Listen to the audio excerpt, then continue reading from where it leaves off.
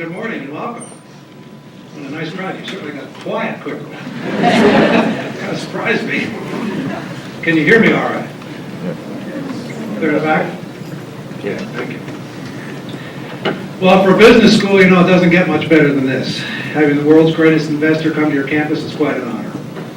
Warren Buffett is chairman of Berkshire Hathaway, a holding company whose investments range from Geico Insurance, American Express, and Coca-Cola, to Borsheim's jewelry store in his hometown of Omaha, Nebraska.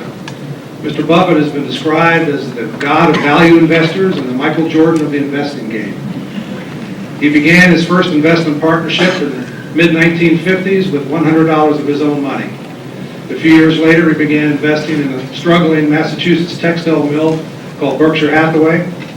Through Berkshire, he started putting capital into other businesses, chiefly insurance, which generated cash streams for more investments, which have done very well indeed, as we all know.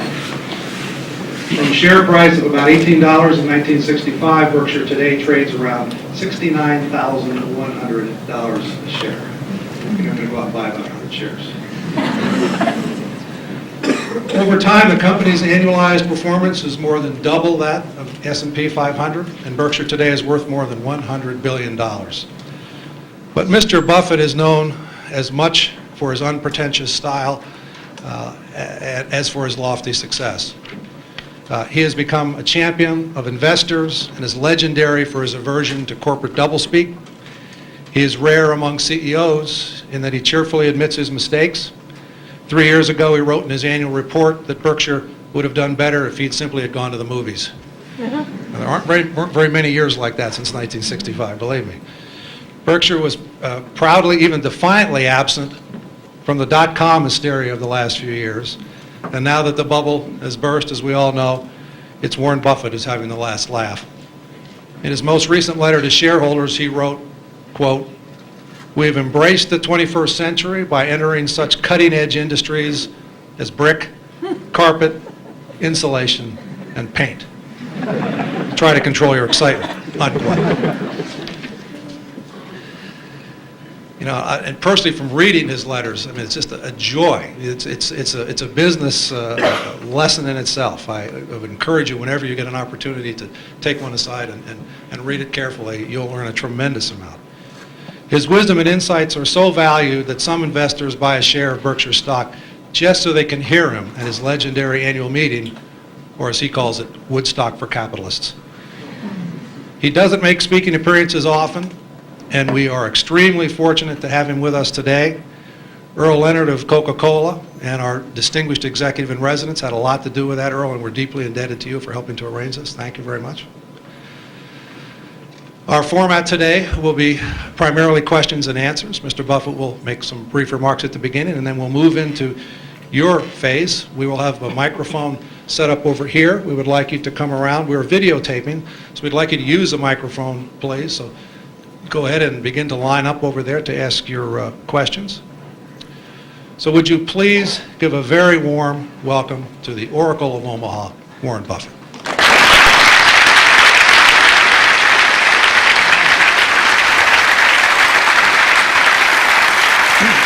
Your mic, so you can go anywhere you want. Yeah, right. Thank you. Testing. 1 million, 2 million. Great. Okay.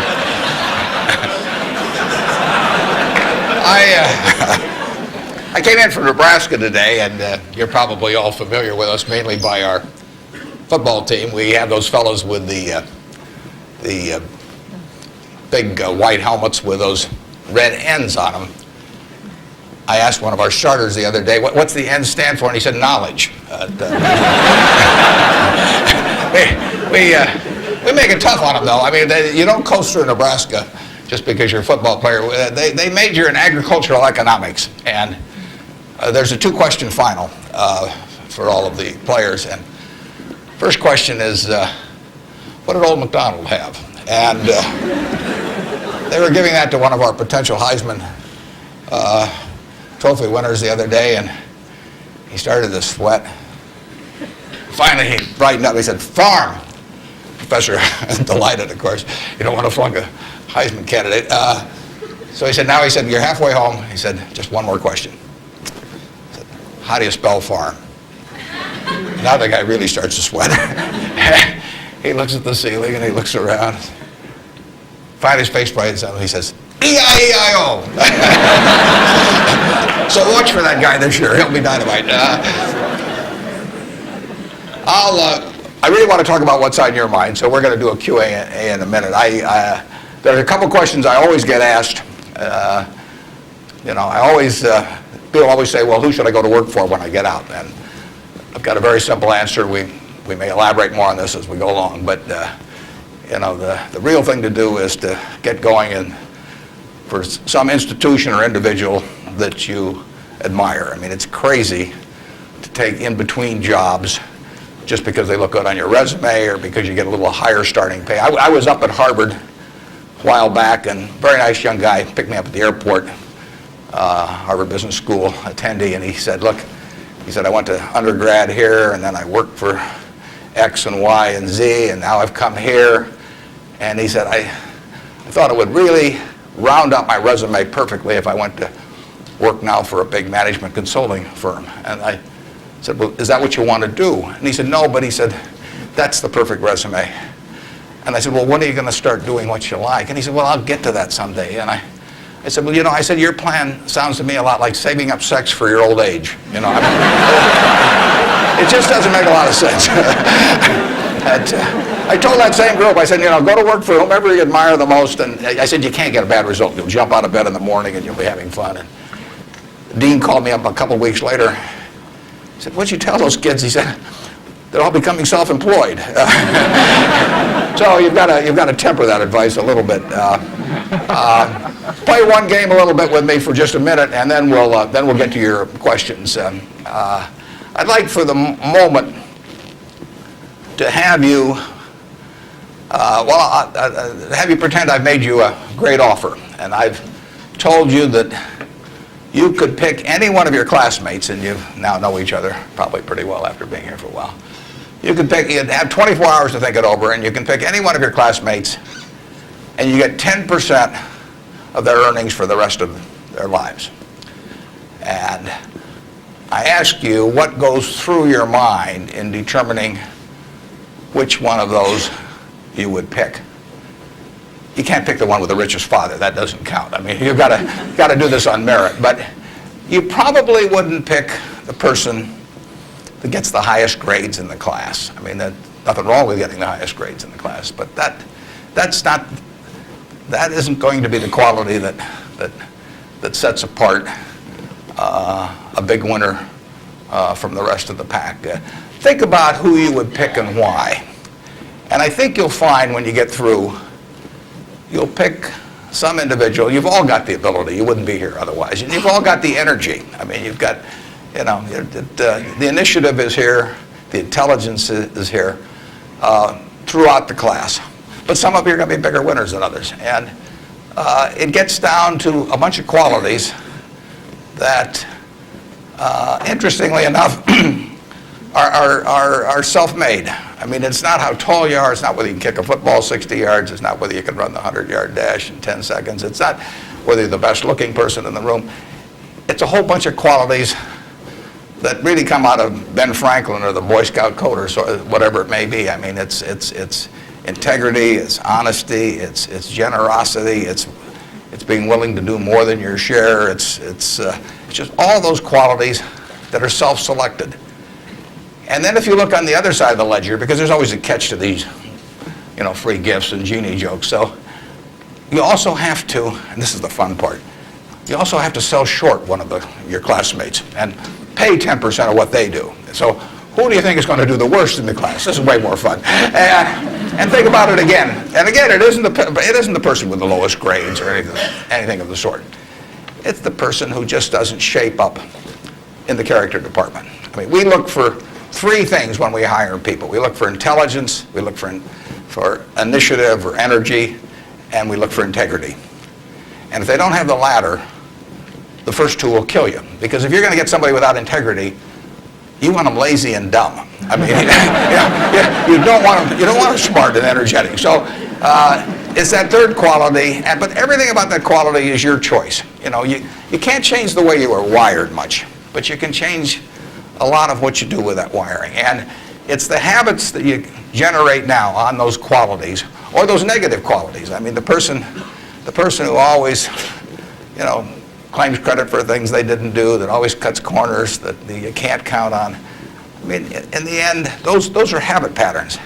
And the time to form the right habits is when you're your age. I mean, it doesn't do me much good to get golf lessons now. If I'd gotten golf lessons when I was your age, I might be a decent golfer. But someone once said the chains of habit are too light to be felt until they're too heavy to be broken. And I see that all the time. I see people with habit patterns that are self-destructive when they're 50 or 60, and they really can't change them. They're imprisoned by that. But you're not imprisoned by anything. So when you write down the qualities of that person that you'd like to buy 10% of, look at that list and ask yourself, is there anything on that list I couldn't do? And the answer is there won't be. And when you look at the person you sell short and you look at those qualities that you don't like, if you see any of those in yourself, egotism, whatever it may be, selfishness, you can get rid of that. I mean, that is not ordained.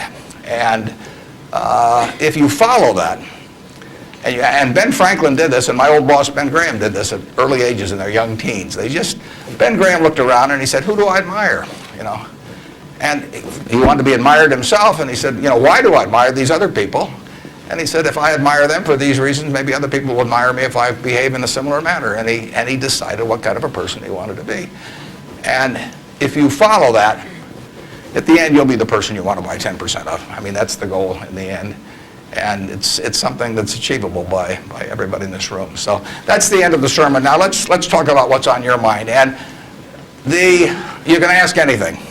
The only thing I won't tell you is what we're buying or selling or about. I don't even tell myself that. I mean, I write it down, and then it's like the Coca-Cola formula. There's only 2 people can get into the trust department and find out what they are, and I don't know who the 2 are. So we don't talk about what we're buying or selling, but anything else is fair game. Personal, business, anything you'd like to talk about. And actually, the tougher the questions are, the more interesting it is for me. So don't spare my feelings. I mean, just throw at my head. And with that, let's. I guess we've got a microphone. Is this the only microphone, or is there one on this? This is the only microphone. Okay. Right here. To ask a question, you'll need to come down to this microphone. Just stand in line, and I'll be Regis Philbin, and you can. Yes. I have an old-fashioned belief that I should expect to make money in things that I understand. And when I say understand, I don't mean understand, what the product does or anything like that. I mean understand what the economics of the business are likely to look like 10 years from now or 20 years from now. I know, in general, what the economics of, say, Wrigley chewing gum will look like 10 years from now. The internet isn't going to change the way people chew gum. It isn't going to change which gum they chew. If you own the chewing gum market in a big way, and you've got Double Mint and Spearmint and Juicy Fruit, those brands will be there 10 years from now. So I can't pinpoint exactly what the numbers are going to look like on Wrigley, but I'm not going to be way off if I try to look forward on something like that. That evaluating that company is within what I call my circle of competence. I understand what they do, I understand the economics of it, I understand the competitive aspects of the business. There can be all kinds of companies that have wonderful futures, but I don't know which ones they are. I've given talks in the past where I carry with me a 70-page, tightly printed list, and it shows 2,000 auto companies. Now, if at the start of the 20th century, you had seen what the auto was going to do to this country, the impact it would have on the lives of then your children and grandchildren and so on. It transformed the American landscape. But of those 2,000 companies, 3 basically survive. And they haven't done that well many times. So how do you pick 3 winners out of 2,000? I mean, it's not so easy to do. It's easy when you look back, but it's not so easy looking forward. So you could have been dead right on the fact that the auto industry, in fact, you probably couldn't have predicted how big an impact it would have. But you wouldn't have, if you'd bought companies across the board, you wouldn't have made any money, because the economic characteristics of that business were not easy to define. I've always said the easier thing to do is figure out who loses. And what you really should have done in 1905 or so, when you saw what was going to happen with the auto, is you should have gone short horses. There were 20 million horses in 1900, and there's about 4 million horses now. So it's easy to figure out the losers. You know, the loser is the horse. But the winner was the auto overall. But 2,000 companies just about failed. A few merged out and so on. There were 3 companies, auto companies, in the Dow Industrials in the 1920s and 30s. Studebaker, Nash Kelvinator, and Hudson Motor. Now those names are all familiar to me, and maybe some of them are familiar to you, but they're not making any cars. You know, they didn't make money, and yet at one time they were in the Dow 30. They were the aristocrats of American business, and they got creamed. So figuring out the economic characteristics of the winners in a wonderful business is not easy. In North Carolina, you know, Orville and Wilbur took off. Well, I guess Orville took off and Wilbur watched. I'd have been Wilbur. But if you could have seen the future of the airline business from that point forward and how that would transform things, you know, it would have blown you away. And it's excited people, incidentally, ever since. But if there had been a capitalist at Kitty Hawk, he should have shot Orville down. I mean, because it's done nothing but cost investors money. There were over 400 airplane companies in the 1920s and 30s alone. There was in Omaha. There was in Nebraska. We were the Silicon Valley, apparently, of aircraft. And they all disappeared. It's been a terrible business. At the end of 1991, if you'd added up the aggregate earnings from all airline companies with billions poured in, since Wilbur and Orville were down there, they came to less than zero. The number of passengers went up every year. You know, the importance of the industry was dramatically increased decade by decade, and nobody made any money. So figuring out the economic consequences. TV, I think there's, 20, 25 million sets a year sold in the United States.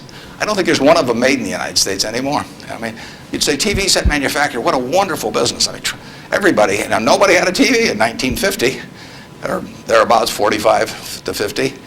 Everybody has multiple sets now. Nobody in the United States has made any real money making the sets. They're all out of business. You know, the Magnavoxes, the RCAs, all of those companies. Radio was the equivalent of the 20. Over 500 companies making radios in the 1920s. Again, I don't think there's a U.S. radio manufacturer at the present time. But Coca-Cola, you know, what was it, 1884 at Jacobs Pharmacy or whatever, the fellow comes up with something. A lot of copiers over the years. But now you've got a company that is selling roughly 1.1 billion 8-ounce servings of its product, not all Coke, Sprite, and some others, daily throughout the world 117 years later. So understanding the economic characteristics of a business is different than predicting the fact that an industry is going to do wonderfully. And so when I look at the internet businesses, or I look at tech businesses, I say this is a marvelous thing, and I love to play around on the computer, and I order my books from Amazon and all kinds of things, but I don't know who's going to win. And unless I know who's going to win, I'm not interested in investing. I'll just play around on the computer. And defining your circle of competence is the most important aspect of investing. It's not how important, how large your circle is. You don't have to be an expert on everything. But knowing where the perimeter of that circle of what you know and what you don't know is, and staying inside of it, is all important. Tom Watson Sr., who started IBM, said in his book, he said, I'm no genius, he said, but I'm smart in spots, and I stay around those spots. And you know, that is the key. So if I understand a few things, and I stick in that arena, I'll do okay. And if I don't understand something, but I get all excited about it because my neighbors are talking about it, and the stocks are going up and everything, I start fooling around someplace else, eventually I'll get creamed, and I should. So now let's go over here. Hello, Mr. Buffett. I got 2 short questions. One is, how do you find intrinsic value in a company? Well, intrinsic value is what is the number that if you were all-knowing about the future and could predict all the cash that a business would give you between now and Judgment Day, discounted at the proper discount rate, that number is what the intrinsic value of a business is. In other words, the only reason for making an investment and laying out money now is to get more money later on, right? That's what investing is all about. Now, when you look at a stock, when you look at a bond, assuming it's the United States government bond, it's very easy to tell how much you're going to get back. It says it right on the bond. It says when you get the interest payments, it says when you get the principal. So it's very easy to figure out the value of a bond. It can change tomorrow if interest rates change, but the cash flows are printed on the bond. The cash flows aren't printed on a stock certificate. That's the job of the analyst, is to print out, change that stock certificate, which represents an interest in the business, and change that into a bond and say, this is what I think it's going to pay out in the future. When we buy, some new machine for Shaw to make carpet, that's what we're thinking about, obviously, and you all learn that in business school. But it's the same thing for a big business. If you buy Coca-Cola today, the company is selling for about $110 to $15 billion in the market. The question is, if you had 110 or 15 billion, you wouldn't be listening to me, but I'd be listening to you incidentally. But the question is, would you lay it out today to get what the Coca-Cola company is going to deliver to you over the next 200 or 300 years? The discount rate doesn't make much difference as you get further out. And that is a question of how much cash they're going to give you. It isn't a question of, it isn't a question about how many analysts are going to recommend it or what the volume in the stock is or what the chart looks like or anything. It's a question of how much cash it's going to give you. That's the only reason. It's true if you're buying a farm. It's true if you're buying an apartment house. Any financial asset. Oil in the ground, you're laying out cash now to get more cash back later on. And the question is how much are you going to get, when are you going to get it, and how sure are you? And when I calculate intrinsic value of a business, when we buy businesses, and whether we're buying all of a business or a little piece of a business, I always think we're buying the whole business because that's my approach to it. I look at it and say, what will come out of this business and when? And what you really like, of course, is them to be able to use the money they earn and earn higher returns on it as you go along. I mean, Berkshire has never distributed anything to its shareholders, but its ability to distribute goes up as the value of the businesses we own increases. We can compound it internally, but the real question is, Berkshire selling for, we'll say, 105 or so billion now. What can we distribute from that 100? If you're going to buy the whole company for 105 billion now, can we distribute enough cash to you soon enough to make it sensible at present interest rates to lay out that cash now? And that's what it gets down to. And if you can't answer that question, you can't buy the stock. You can gamble in the stock if you want to, or your neighbors can buy it. But if you don't answer that question, and I can't answer that for internet companies, for example. There are a lot of companies, there are all kinds of companies I can't answer it for, but I just stay away from those. Number two. So you got formulas involved in finding intrinsic values on certain companies. I mean, you've got a mathematical system set up. Discounted present value of future cash, yeah. Okay. Second short question is, why haven't you written down your set of formulas or your strategies in written form so you can share it with everyone else? Well, I think I actually have written about that. If you read the annual reports over the recent years, in fact, the most recent annual report, I use what I've just been talking about. I use the illustration of Aesop. Because here Aesop was in 600 BC. Smart man, wasn't smart enough to know it was 600 BC, though. I mean, would take a little foresight. But Aesop, in between tortoises and hares and all these other things, he found time to write about, birds. And he said, a bird in the hand is worth two in the bush. Now, that isn't quite complete, because the question is, how sure are you that there are two in the bush? And how long do you have to wait to get them out? Now, he probably knew that, but he just didn't have time because he had all these other proverbs to write and had to get on with it. But he was halfway there in 600 BC. That's all there is to investing, is how many birds are in the bush, when are you going to get them out, and how sure are you? Now, if interest rates are 15%, roughly, you've got to get two birds out of the bush in 5 years to equal the bird in the hand. But if interest rates are 3%, and you can get two birds out in 20 years, it still makes sense to give up the bird in the hand, because it all gets back to discounting against an interest rate.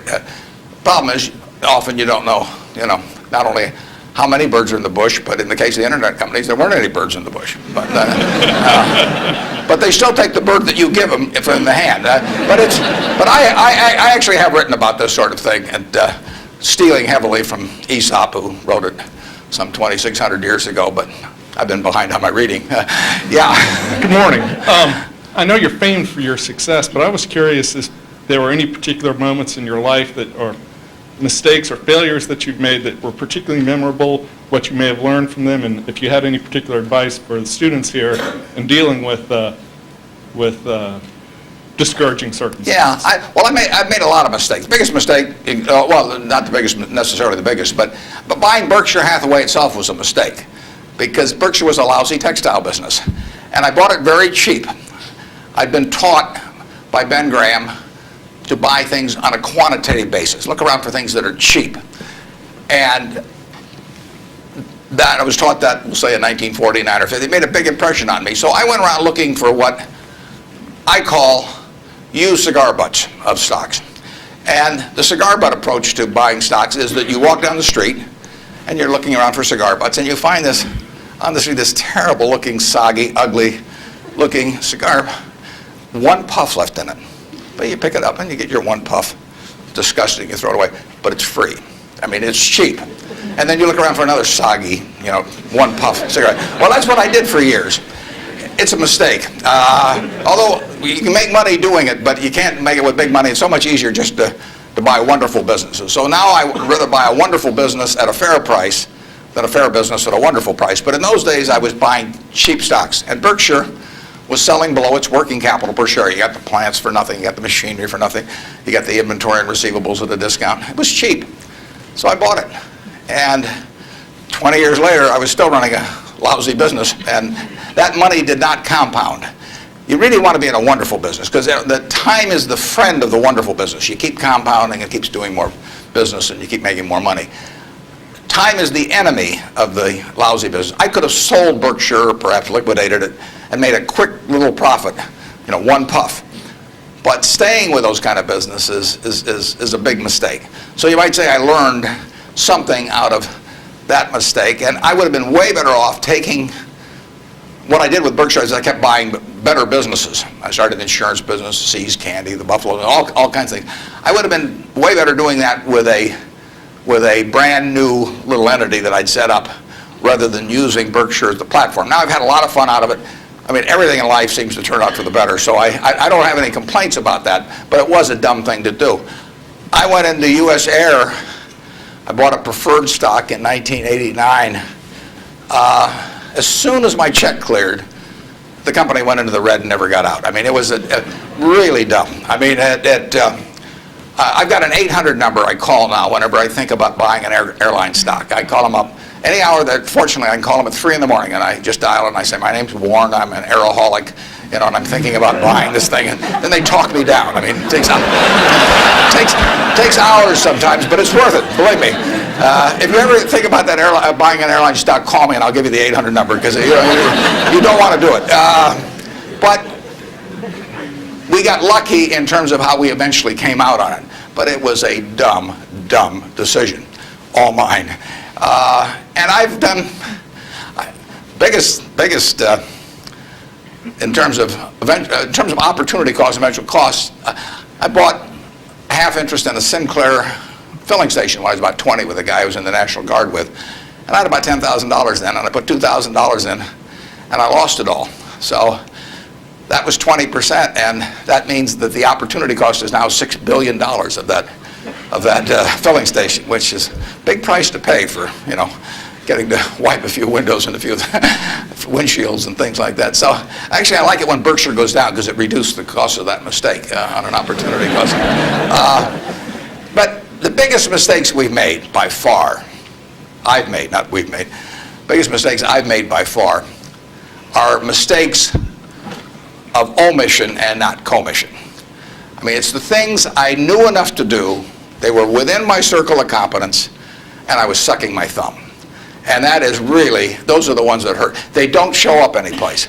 I probably cost Berkshire at least $5 billion, for example, by sucking my thumb 20 years ago, or close to it, when Fannie Mae was was having some troubles, and we could have bought the whole company for practically nothing. And I don't worry about that if it's Microsoft, because I don't know it. Microsoft isn't in my circle of competence. And so I don't have any reason to think I'm entitled to make money out of Microsoft or out of cocoa beans or whatever.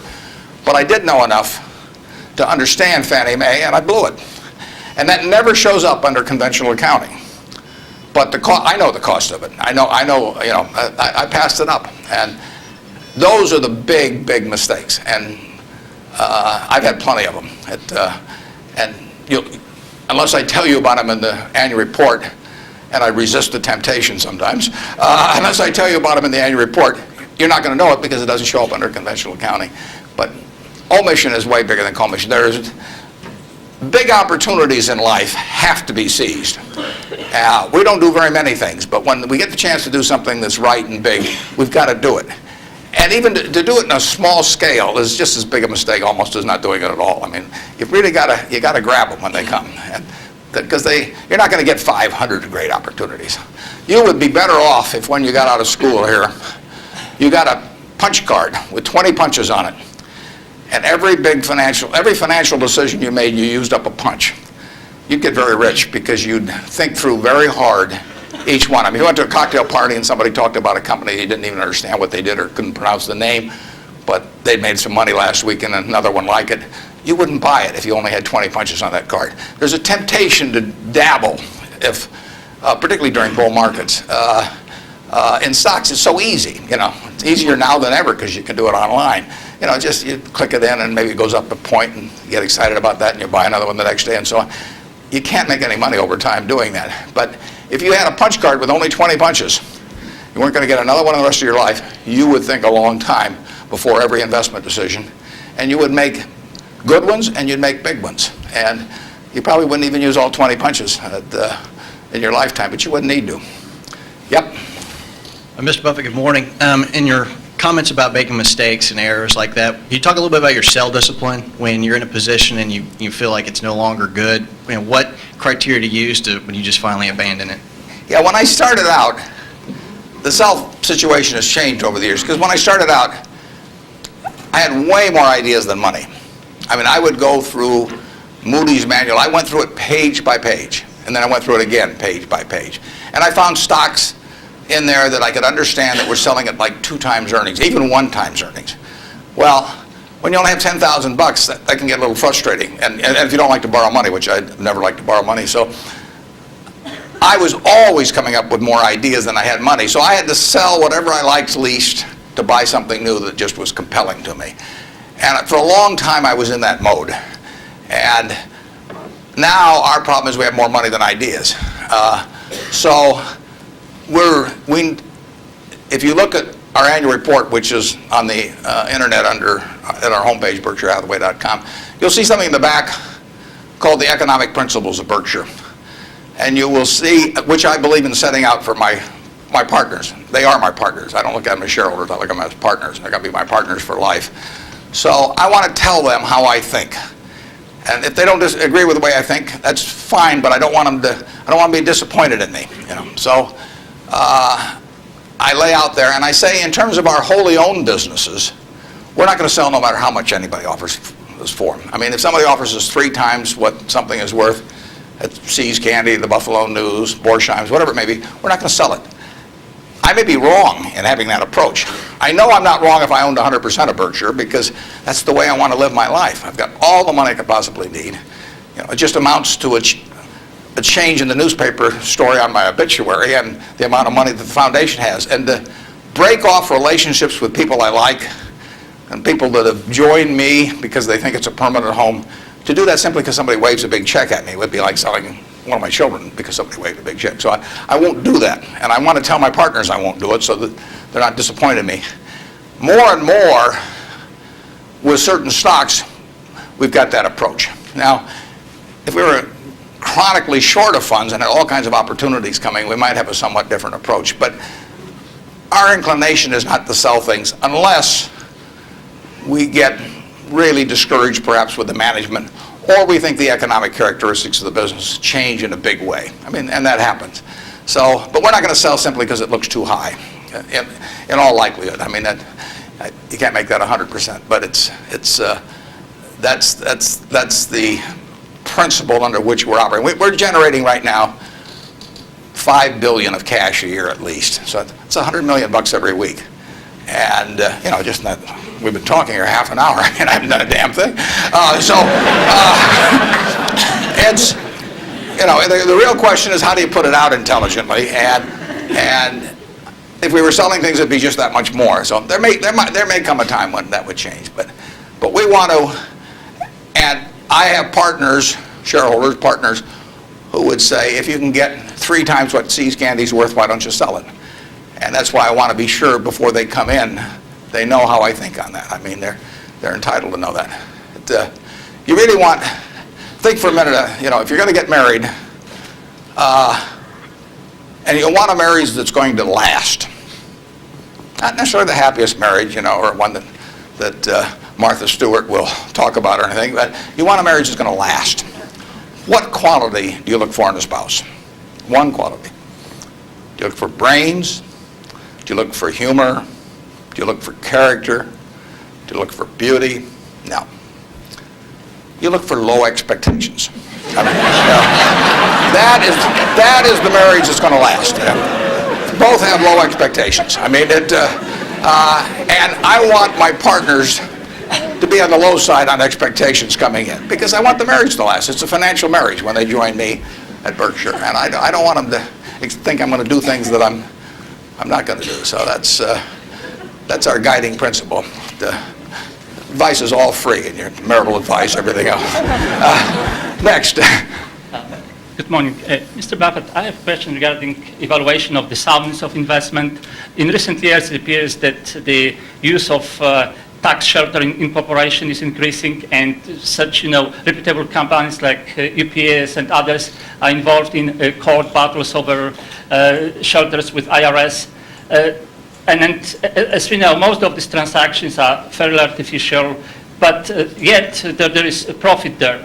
From the investor perspective, do you think it's beneficial for investor that the company that they invest are involved in those shelters? And if so, do you think it would be helpful if those transactions are disclosed in statements, meaning the notes to statements?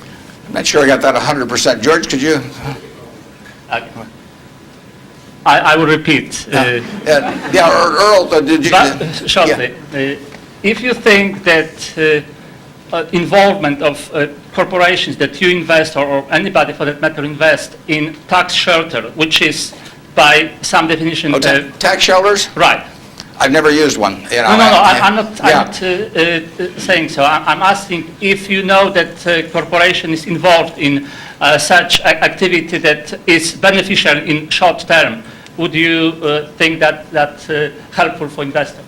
Well, there are perfectly legal ways to shelter taxes. I mean, we did and still do, but we were one of the earliest ones to go in for low-income tax housing credits. In fact, I met with first President Bush about that one, and that benefits us to a mild degree. It's not a big element of Berkshire. I mean, it's peanuts in terms of Berkshire's overall value, but it is a congressionally ordained tax benefit. I wouldn't call it exactly a shelter. It's a tax benefit that Congress has decided they're willing to offer businesses, and because they think it's the best way to generate low-income housing. So we participate in something, but it's not a big factor in what we do. And but there's nothing wrong with that. And then if you get into tax evasion, I mean, that's a whole different game. At that point, they ought to go to jail. But certain businesses, some insurance companies are reincorporated in Bermuda, and you can save a lot of taxes. You have to meet certain other tests which we wouldn't want to meet. But if we were willing to meet those other tests, there's nothing illegal or immoral about us moving to Bermuda. We're not going to do it.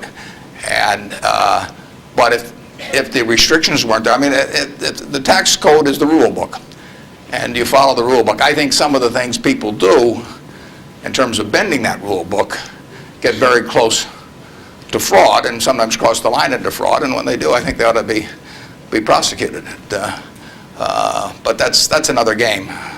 And incidentally, there has been more pushing on that, I would say, in the last 5 years, and certainly was my experience earlier. And there are more,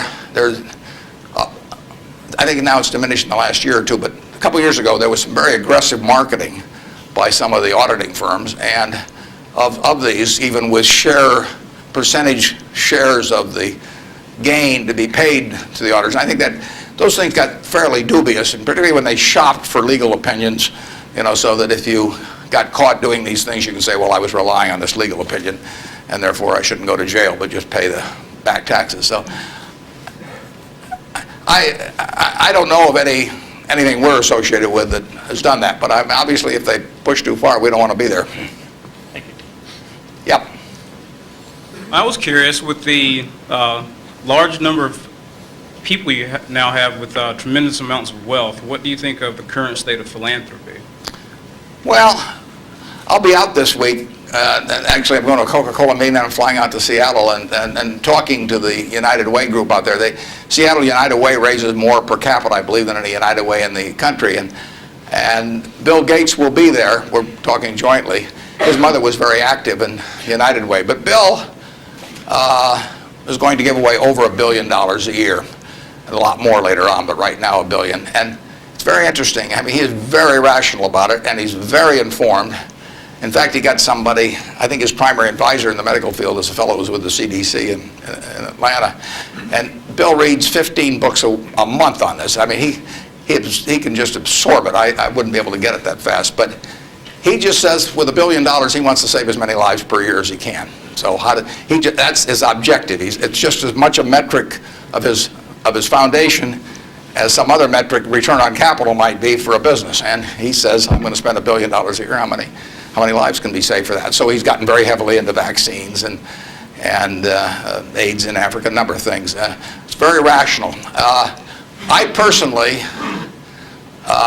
think all of my 99-point-something% of my net worth will go to a foundation after the latter of my wife and I die. I mean, it's all going to go to a foundation. As far as I'm concerned, I got it from society. It's going to go to society.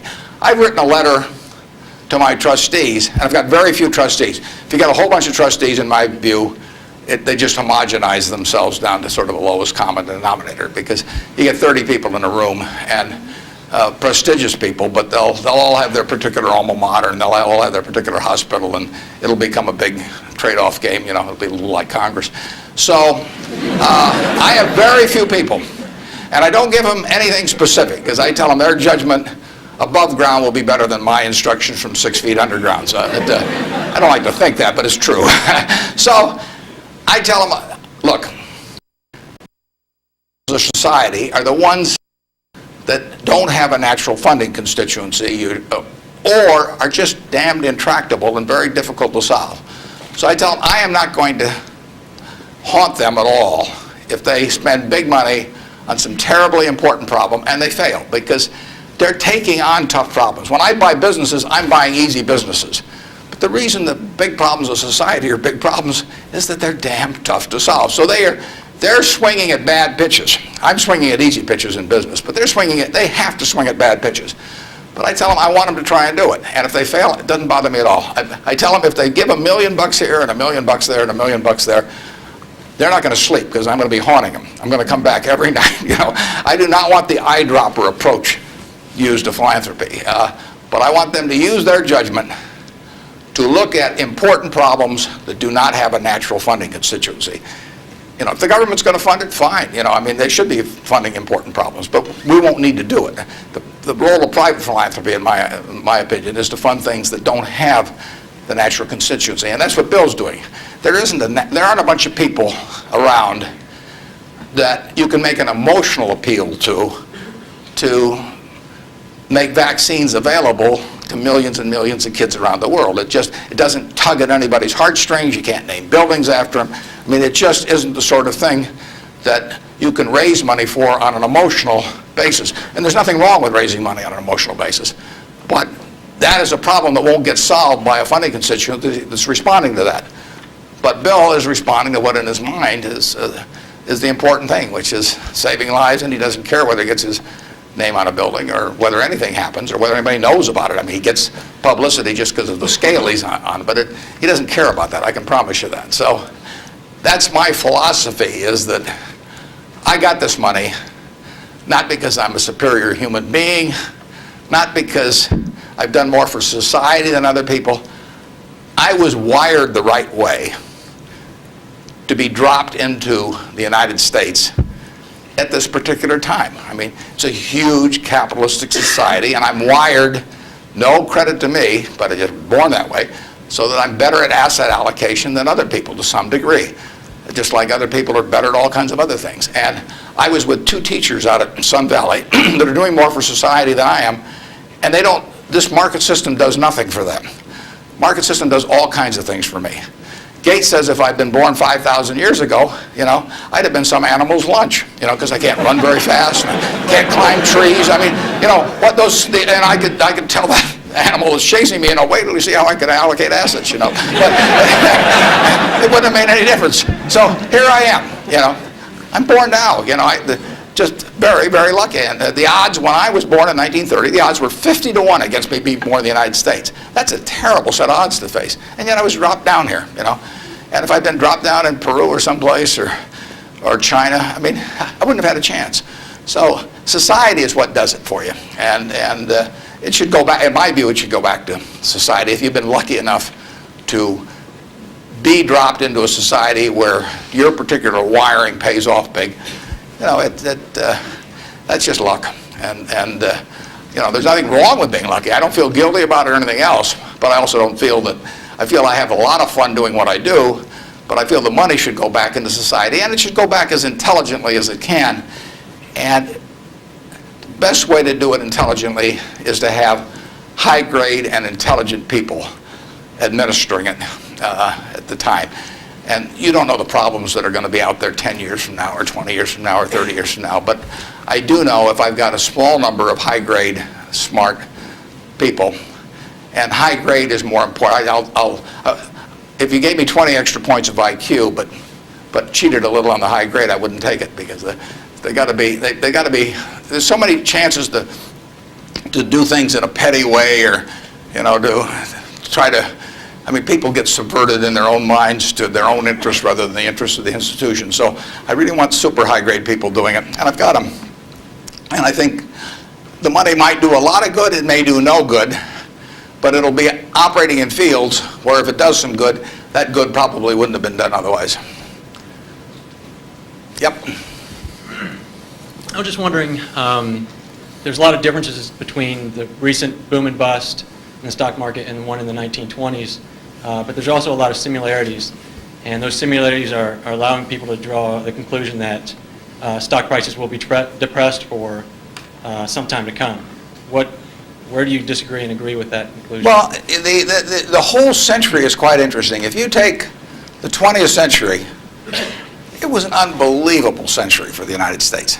The GDP per capita, and that's the way to think of it, as per capita. Sometimes they talk about our GDP versus Europe's, but if their population's the same every year and ours goes up 1%, you've got to, in the end, you got to have a divisor as well as a numerator. And so GDP per capita in the 20th century in the United States went up 610%.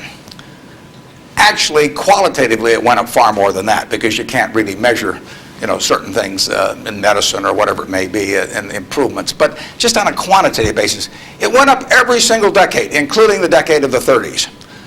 So here you had 100 years when basically the U.S. citizenry was improving their lot decade by decade by decade. The 30s, it was up 13%. Best decade was World War II. The 40s, it's up 36%. The worst decade was the First World War. So you get sometimes you can get in trouble on analogies. But in any event, it was a huge period. Interestingly enough, there were 6 big periods in there for the stock market in both directions. There were 3 big bull markets. From 1900 to 1921, the Dow went from 66 to 71, less than a 10% move in 20 years. less than 0.5% a year. You got dividends too, but 0.5%. So it didn't move. From 21 to 29, as you point out, it went from 71 to a high of 381 in September of 1929. Went up 500%. Well, obviously, the well-being of the country didn't go up 500% during that period, and the well-being of the country went up a whole lot more than 10% during that first 21 years. So you got this very uneven development. Then from September of 1929 until the end of 1948, the Dow went from 381 to about 180. It was cut in half. And that was 18 long years. And yet the per capita GDP was moving right up during this whole period, so the economy was doing fine. From 48 to 65, the Dow went again from about 180 up to close to 1,000. Again, 5 for 1, which was far outstripping it. From 65 to 81, the Dow went down, literally. Well, again, per capita GDP. And then we've had this last period where it's gone up terrifically. If you take the whole 100 years, it went up 180 for 1. Every $1,000 became 180,000. But 43 and 3/4 years were those 3 big, huge bull markets, and 56 and 1/4 years were periods of stagnation. All in an economy that was doing fine, year after year after year. 56 and 1/4 years, net, the Dow was down a couple hundred points during that period, and the other 43 and 3/4 years made up the rest of this move from 66 to 11,000 some on the Dow. So you say to yourself, how could it be that you could have a country that was doing better and better and better and better? Citizens were living, every generation was living better than the one that preceded it. But you had these huge changes, big gains a few times, long periods of stagnation. 20 years, I mean, that's a long time to do nothing. The answer is that investors behave in very human ways, which is they get very excited during bull markets and they look in the rearview mirror and they say, I made money last year, I'm going to make more money this year, so this time I'll borrow, or the neighbor says, I wasn't in last year when that neighbor was dumber than I made a lot of money, so I'm going to go in this year. So they're always looking in the rearview mirror. And when they look in the rearview mirror and they see a lot of money having been made in the last few years, they plow in and they just push and push and push on prices. And when they look in the rearview mirror and they see no money having been made, they just say, this is a lousy place to be. So they don't care what's going on in the underlying business. And it's astounding, but that makes for huge opportunity, just huge opportunity. I mean, I've lived through roughly half, in an investing sense, about half that period. And I've had that long period of stagnation from from 65 to 82, 17 years. I wrote an article for Forbes in 1979. I just said, how can this be? Pension funds in 1970 put 100 and some % of their new money in stock because they were wild about stocks. Then they got a lot cheaper and they put a record low in, 9% of their net new money in 1978 when stocks were way cheaper. People behave very peculiarly in terms of the reactions because they're human beings and they get excited when others get excited, they get greedy when others get greedy, they get fearful when others get fearful, and they'll continue to do so.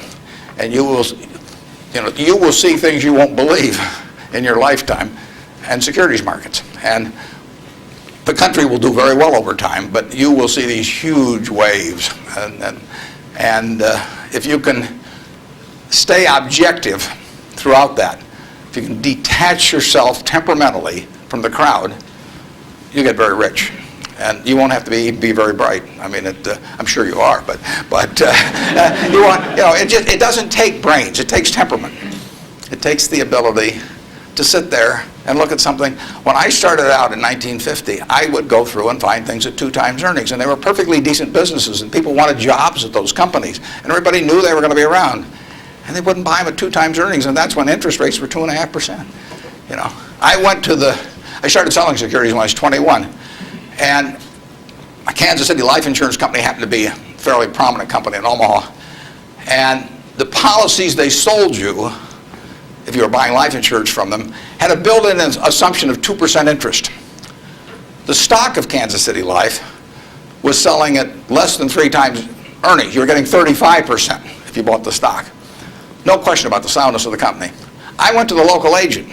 I figured, hell, I ought to be able to sell him a few shares of stock. I mean, the guy ought to understand it. He's got his whole life invested in this company. I went to the local agent who'd been with him for 20 years, And his name was Moose. And I said, Mr. Moose, I said, you know, you're selling these policies with 2%. You may even have a few members of your own family, and you can buy into this company whose paycheck you depend on every month, and whose future your beneficiaries of these life policies depend on, and who you're selling them, you know, a 2% investment on, and you can get 35% on your money. And he said, you know, stocks aren't any good. And I couldn't sell you, you know, I was a lousy salesman. I mean, well, you have to start with that, but it just blew me away. It blew me away. I thought, sometimes I used to wonder if I was nuts, you know, but those things, the same thing happened. I mean, in 1964, the Dow closed at 864. At the end of 1981, 17 years later, it closed at 865. It moved 1 point in 17 years. Now, that's not a big move. And that, you can't believe how discouraged people were during that period. But, you know, people were living better. So things can go on a long time that don't make sense. But they do come to an end. I mean, the internet thing, I mean, you had these companies selling for many billions of dollars that had practically no prospects of making any money. That's a bubble. But Herb Stein one time said, anything that can't go on forever will end. Now, that seems pretty, but think about that. And particularly think about it next time you're trying to do something just because the stock's gone up a whole lot, you know, and your neighbor's made money or something. You've got to be, you just have to sit and think objectively and think about, would I buy this whole business? If it's an internet company that's got 100 million shares out and selling at 100, that's $10 billion. Is it worth $10 billion? If it's worth $10 billion, it's got to be able to give you, you know, 700 or 800 million next year. And if it doesn't give you 700 or 800 million next year, it has to give you maybe 10% more than that the year after and continue to. There aren't a lot of businesses that can do that. And people just go crazy. And of course, it's fun. I mean, it's like that sign they put in brokerage offices that says, avoid hangovers, stay drunk. You know, I mean, it's just so much fun to keep playing. But you got to do sensible things to get good results. Yeah. Next. Well, we got 3 people standing there, so let's do the 3 that are standing there. Okay. Good morning, sir. Hi. Hi. I was wondering what your opinion is of the Federal Reserve and their actions taken recently. Do you feel they've done enough to boost the economy? Yeah, well, I'm a fan of Alan Greenspan's over time. I've known him for a long, long time. We were on a board together at Cap Cities, and Alan is a very, very smart guy. He is motivated, in my opinion, entirely by what is good for the United States, the people of the United States. And so you couldn't have a better person in there. And the problem he may have is that because his tenure in office has been associated with this incredible bull market, that even though he wouldn't have claimed credit for it, that people might associate it because of the importance of the Fed generally. They might associate with him, so they may, if things don't work out so well, they may blame him as well. But I think his policy has generally been very good. You have to understand one thing about the Fed is that it's not as powerful as the mystique would make it. Its brake is better than its gas pedal. When the Fed wants to put on the brakes, we go through the windshield. I mean, you know, the economy just, they can put on the brakes. Paul Volcker did it. He broke inflation by doing it. But I mean, when he put on the brakes in that period around 1980, I mean, people hated him. He was crucified for it, but it was the right thing to do.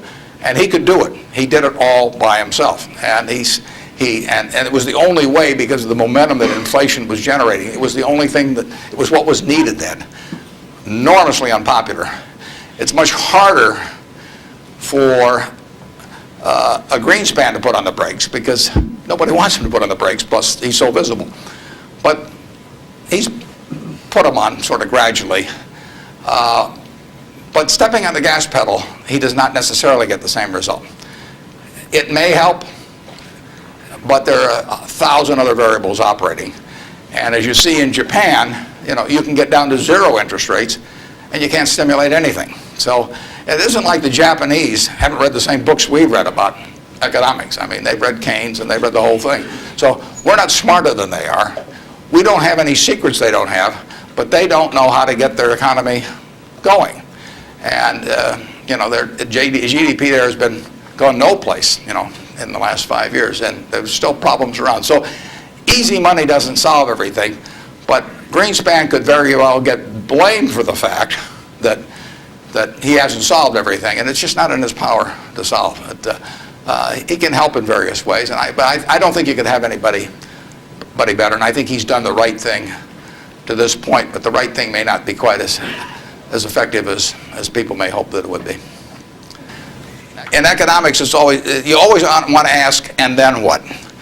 You'll read in the paper, well, what happens if the Japanese start selling our government bonds, or what happens if they dump the dollar? They can't dump the dollar. There's no way to dump dollars. You can, or at least dollar assets, because if the Japanese want to sell our government bonds, if they sell them to us, they get a time deposit or a demand deposit at Citi, or they still own a dollar asset. If they sell them to the French, they may get some assets from the French, but now the French have it. I mean, the only way you can reduce foreign investment in the United States is to change it around so they're consuming more than we're consuming from them. I mean, when we buy a television set from Japan, if we buy more television sets from them than they buy equivalent consumables from us, the exchange, what balances things is we give them some investment type asset, whether it's cash or a U.S. government bond or our stocks or our movie studios or our real estate or different things. And the only way that reverses is when we start running a trade surplus, which we're miles away from. So logically, if you read classic economics, you would believe that our currency would have been weaker over the recent years, and that it would be weak now. But there are other things operating, and that's one of the problems about economics, is there's never just one variable. There's usually hundreds of variables, and they operate with different impact at different times. I mean, it's not like a physics formula. I mean, well, I guess it would be if you got into the Heisenberg principle or something like that.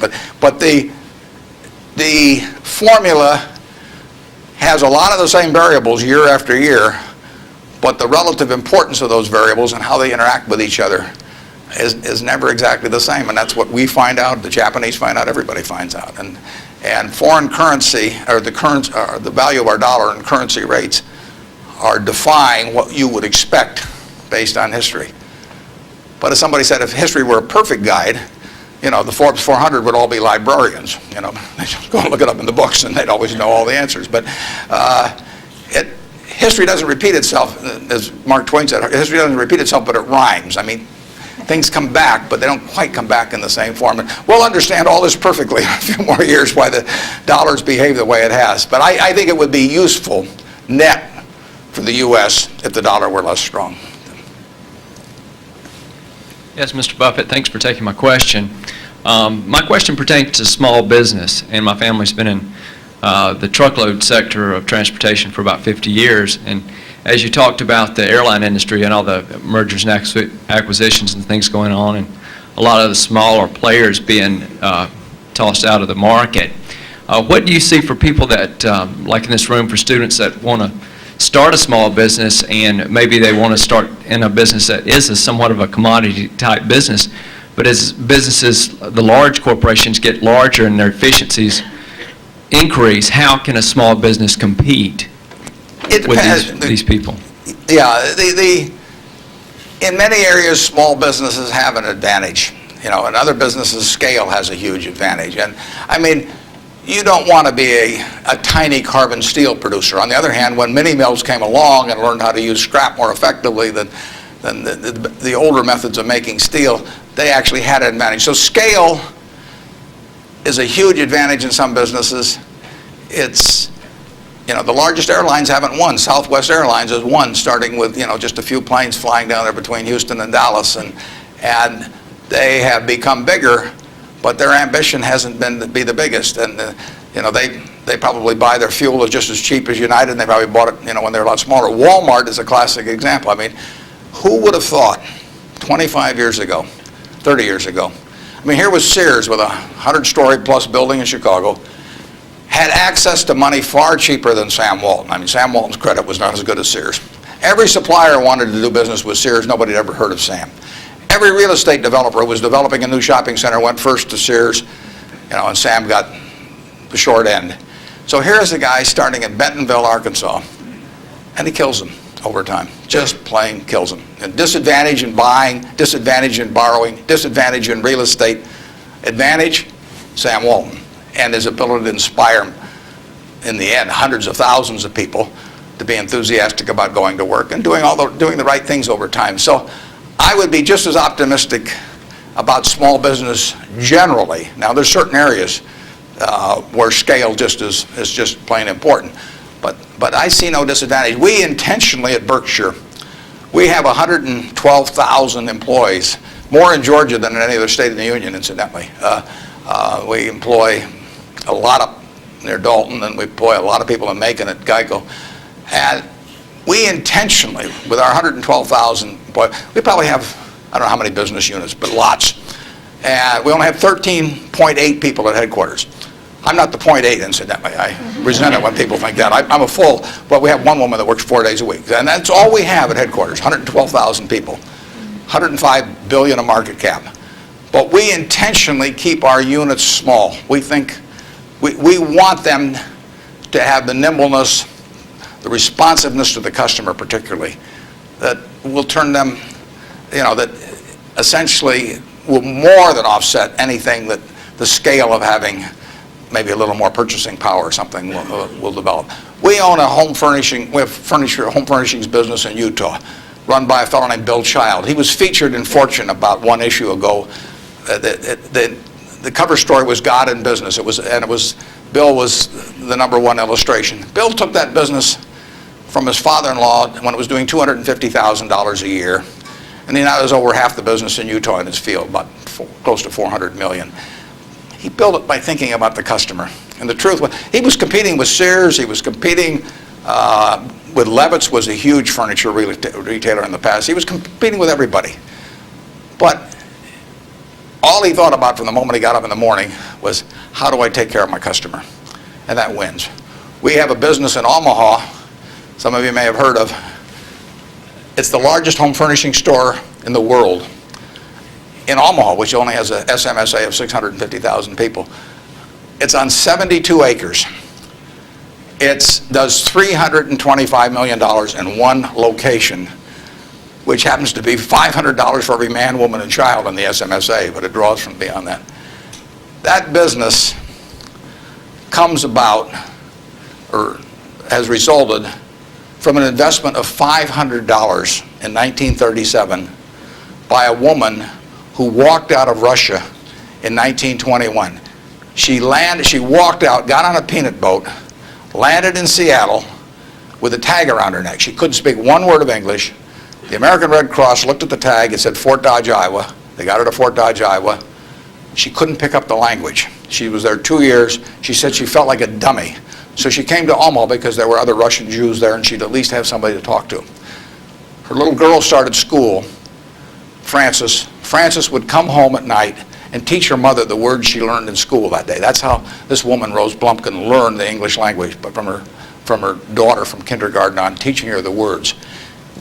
She brought 7 siblings over from Russia, one at a time, $50 every time she saved $50. She sold used clothing and other works.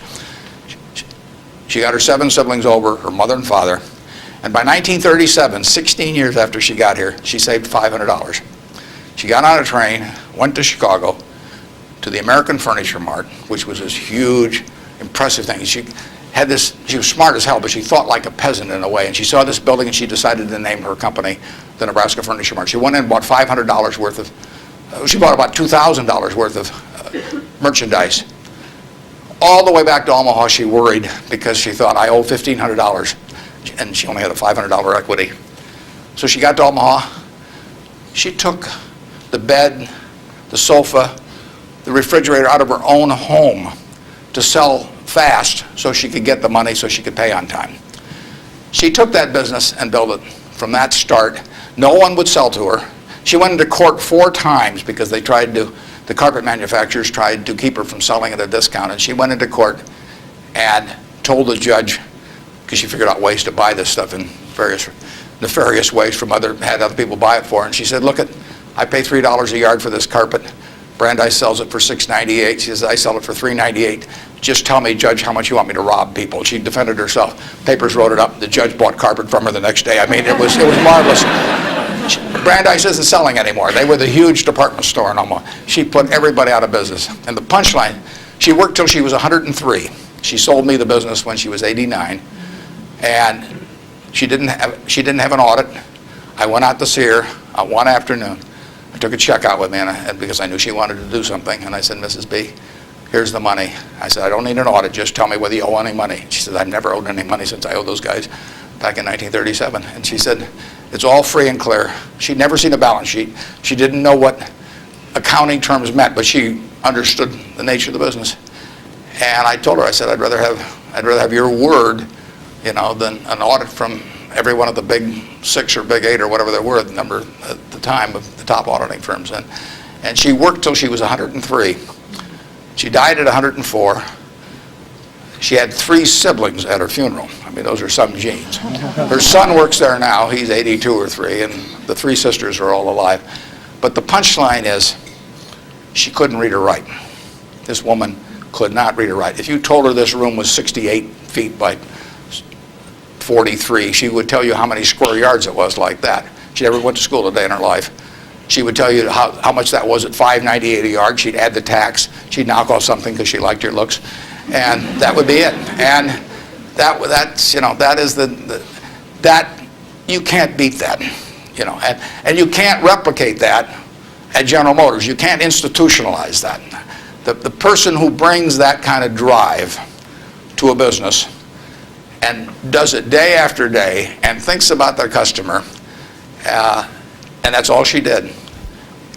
She raised 4 kids in the process too, but you can't. It can't miss. And no, you don't have to worry if you're an entrepreneur.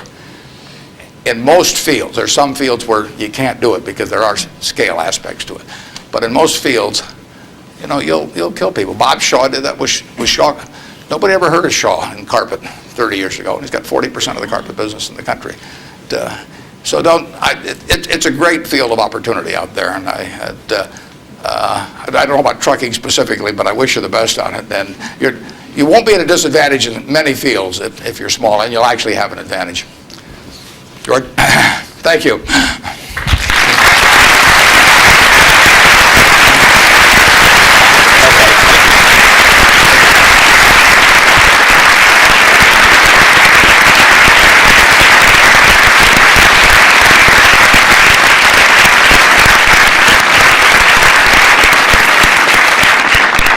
Mr. Buffett, thank you very much for sharing your wisdom and your ideas and your wonderful stories with us today. We are truly honored and pleased that we've had this opportunity to get to know you a little bit better. I'd like to thank a couple people before we conclude for helping with the logistics. Associate Dean Bob Gatewood, our Director of Alumni Relations, Marie Garrison. Thank both of you. David Dodson, our Director of Communications. There was a lot of work and effort went into this, and I thank all of you for all that you've done. And Earl, again, thank you for helping make this possible. Mr. Buffett, we have a parting gift for you, but it needs to be placed into context before we show you what it is. In your most recent newsletter to your annual report to the shareholders, you discussed some of the things that you look for in making acquisitions, and one of the things you talked about was owners. You look for owners who care who they sell to, and that was important to you. I'd like to quote from your report. When a business masterpiece has been created by a lifetime or several lifetimes of unstinting care and exceptional talent, it should be important to the owner what corporation is entrusted to carry on its history. A little bit further down you say, how much better it is for the painter of a business Rembrandt to personally select its permanent home than to have a trust officer or uninterested heirs auction it off. Well, we believe that many of these words apply to you as well. You too have created a business masterpiece. You too have created a Rembrandt. What we have today is a lighthearted portrait, a lighthearted characterization that we hope captures some of the business milestones in your career, and we hope also captures some of that quick-witted humor that you demonstrated today. It was painted by a good friend of ours and a well-known artist, lives here locally, Alan Campbell. Alan is with us, and he will help unveil it today. Alan, please come down. Now, when he unveils this, please understand that you're not going to be able to see the detail of this from where you're sitting, but we would invite you to come down and walk past it as you leave today.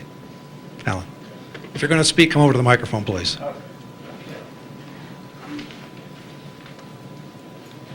Thank you, and Mr. Buffett, I hope you'll maintain your sense of humor, which appealed to me greatly when reading your corporate report, and this is going to be a test of that famous humor. But it's intended to be a portrait both of you and of your company and of your values. And when Marie Garrison, my girlfriend, the alumni director here, told me you were coming, and I read the comments about the Rembrandts and lying on your back and feeling like you could lie on your back and paint the ceiling every day at Berkshire, you basically opened the door with your own words. So, and just on an aside, my brother's one of your pilots for Executive Jet. So. The one thing that's not included is a reference to the jewelry company, so you've been spared the jewelry.